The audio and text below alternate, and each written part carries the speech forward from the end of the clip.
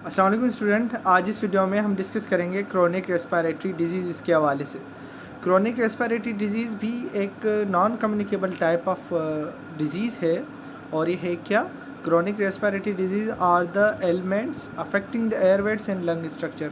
ये ऐसी बीमारी है जिससे आपके लंग्स और आपकी जो सांस की नालियाँ जो आपके पूरे लंग्स में आपके एल्विलाई ट्रैकिया या पूरा जो एयरवेज होते हैं उनसे रिलेटेड जो बीमारियां होती हैं हम उनको क्रोनिक रेस्पिरेटरी डिजीज़ कहते हैं। क्रोनिक इसलिए कि वो लॉन्ग लास्टिंग होती है। और WHO के हिसाब से आपकी जो क्रोनिक रेस्पिरेटरी डिजीज़ CRD जो है ये 4th नंबर पे मेजर एक डिजीज़ है जो कि डेथ का सबब बनती है। 2015 में WHO के हिसाब से 3.17 और 15 मिलियन केसेस थे। बल्कि देख लेते हैं गूगल पे कि कितने केसेस थे वर्ल्ड वाइड।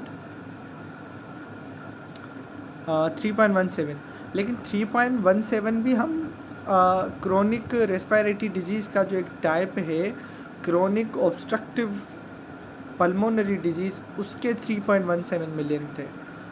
और आप देखें कि ओवरऑल अगर इसके मिलाएं तो इसके बहुत ही ज़्यादा केसेस थे जो कि क्रोनिक रेस्पिरेटरी डिजीज़ में आता है।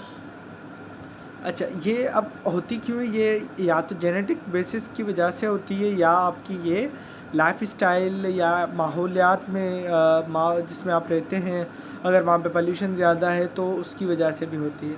अब लाइफ स्टाइल में यही आ जाता है कि आप एक्सेसिव स्मोकिंग करते हैं या आपकी फ़िज़िकल एक्टिविटीज़ क्या हैं। अगर आपकी फ़िज़िकल एक्टिविटीज़ नहीं है और हैवी स्मोकिंग करते हैं तो बहुत ही ज़्यादा चांसेस हैं आपको रेस्पिरेटरी प्रॉब्लम्स होने के। फिर आपका ये होता है कि अगर आपके एनवायरनमेंट में बहुत ही ज़्यादा एयर पोल्यूशन है, स्मोक बहुत ज़्यादा है या वहाँ पे पार्टिकुलेट मैटर बहुत ज़्यादा है और वेंटिलेशन सही नहीं है, कुछ ऐसी गैसेस हैं जो कि जिनकी एक अजीब सी स्मेल है जो कि आपको मतलब कि चक्कर दिलाने वाली, नोज़िया या वोमिटिंग का वो अफेक्ट दिलाने वाली कोई ऐसी एयर में है अवेलेबल तो वो आपके रेस्पिरेटरी सिस्टम को अफेक्ट करती है। और इससे बहुत ही ये one of the major cause है डिजीज़ का, डेथ्स का। और इसमें जो मेजर डिजीज़ हैं वो कौन सी हैं? वो एक है chronic obstructive pulmonary disease. Chronic obstructive pulmonary disease ऐसी डिजीज़ है जिसमें आपके जो एयरवेज हैं वो नैरो होना शुरू हो जाते हैं, वो सिकुड़ना शुरू हो जाते हैं। और ज़्यादातर उसका जो मेजर काज है वो है स्मोकिंग की वजह से आपके एयरवेज नैरो होना शुरू हो जाते हैं। फिर विद द टाइम जो है वो आपको सांस लेने में बहुत ही ज़्यादा तकलीफ़ होती है और फिर अल्टीमेटली आपकी डेथ भी हो सकती है। तो मैं बता रहा था कि WHO के हिसाब से 3.17 मिलियन डेथ्स हुई हैं आपकी COPD की वजह से, क्रोनिक ऑब्स्ट्रक्टिव पल्मोनरी डिजीज़ की वजह से। और 251 मिलियन के अराउंड जो है 250 मिलियन के अराउंड केसेस 2016 में हाईलाइट हुए थे क्रोनिक ऑब्स्ट्रक्टिव पल्मोनरी डिजीज़ के। तो ये इतनी जो है ना वो ज़्यादा सिग्निफिकेंट डिजीज़ है, one of the very significant disease. उसके बाद एस्थमा है। This is very common in especially in children और especially in old age people as well कि उनको मिट्टी या जो धूल है उससे एलर्जी होना शुरू हो जाती है। फिर थोड़ी भी अगर उनको मिट्टी या धूल जाती है उनकी तो फिर वो उनको सांस लेने में बड़ी मुश्किल होती है। तो ये मिट्टी और धूल से एलर्जी का मतलब क्या होता है? बेसिकली उनके जो लंग्स हैं या एयरवेज हैं वो इतने नैरो हो जाते हैं कि आपके डस्ट पार्टिकल जब आते हैं तो वो एक किस्म का ब्लॉकेज क्रिएट कर देते हैं, तो सांस लेने में बड़ी दुश्वारी होती है। और WHO के हिसाब से बल्कि देख भी लेते हैं, मेरे ख्याल से 300 मिलियन के अराउंड केसेस थे आपके, 300 मिलियन के अराउंड केसेस थे आपके एस्थमा के भी।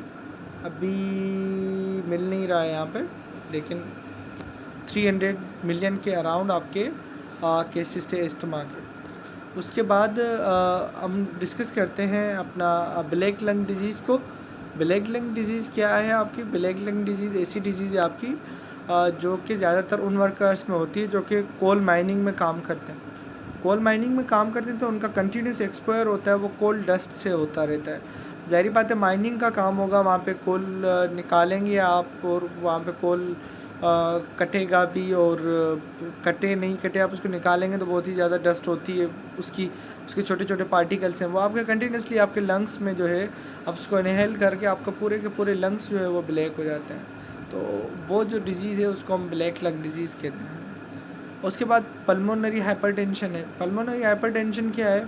पल्मोनरी हाइपरटेंशन मतलब कि ब्लड प्रेशर जब हमारे बढ़ जाता है तो फिर आर्टरीज़ जो है उसके ऊपर एक नेगेटिव, वो आर्टरीज़ जो कि लंग्स में होती हैं उसके ऊपर वो अफेक्ट पड़ता है, तो उसकी वजह से जो डिजीज़ होती है उसको हम पल्मोनरी हाइपरटेंशन कहते हैं। उसके बाद है सिस्टिक फाइब्रोसिस।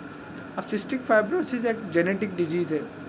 ये डाइजेस्टिव सिस्टम से भी रिलेटेड है और हमारे रेस्पिरेटरी सिस्टम से भी, लेकिन दोनों कंडीशंस में म्यूकस, एक येलो थिक म्यूकस आपका जो है ना वो नेचुरली तौर पे रिलीज़ होता है, जो कि ऑब्स्ट्रक्शन काज करता है लंग्स में भी, और अगर हम डाइजेस्टिव सिस्टम की बात करें तो पेनक्रियाज में एक किस्म की ऑब्स्ट्रक्शन काज करता है, जिसकी वजह से सांस, अगर लंग्स में काज करता है तो आपको सांस लेने में तकलीफ़ होती है। तो ये जो हमारी डिजीज़ जो कि क्रोनिक रेस्पिरेटरी डिजीज़ के हवाले से हमने मेजर टाइप्स को डिस्कस किया है, और उसकी थोड़ी सी हमने फैक्ट्स वगैरह भी देखे।